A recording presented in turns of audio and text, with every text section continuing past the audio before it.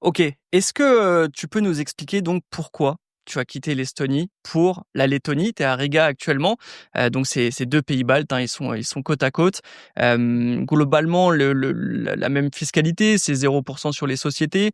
Bon en Estonie, c'est sur le chemin du changement, vis-à-vis de ça, mais il y a surtout une grosse différence avec, l'Estonie, c'est que la Lettonie, il y a ce système de holding qu'il n'y a pas, en Estonie. Est-ce que c'est pour cette raison que tu as quitté l'Estonie et est-ce que tu peux nous expliquer la stratégie que tu as derrière tout ça?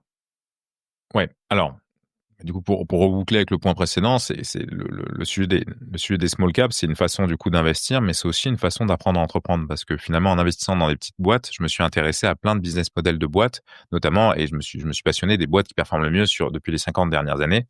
Et elles ont toutes une caractéristique propre qui est, en règle générale, un processus de croissance décentralisé, intégrant ce qu'on appelle de la croissance externe. Donc, dans le fait de prendre des participations, soit en rachetant, soit en intégrant, eh bien, d'autres boîtes, et ce, d'une manière décentralisée. Ça, c'est essentiel. C'est-à-dire que de ne pas racheter d'autres boîtes en pensant les maîtriser, mais vraiment prendre des participations de manière décentralisée dans des boîtes qui ont de base des bons retours sur investissement.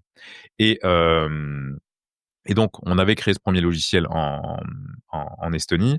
En Estonie, je vais me retrouver avec certains sujets, avec notamment les autorités de marché financier belges, qui vont, comment dire, suite à une action d'un concurrent, pas mal investiguer mon sujet. Il y en avait pas vraiment, mais moi, ça va me faire peur parce que je suis quand même, enfin, juridiquement, c'est un sujet que je prends très au sérieux, par rapport à d'autres de nos confrères estoniens.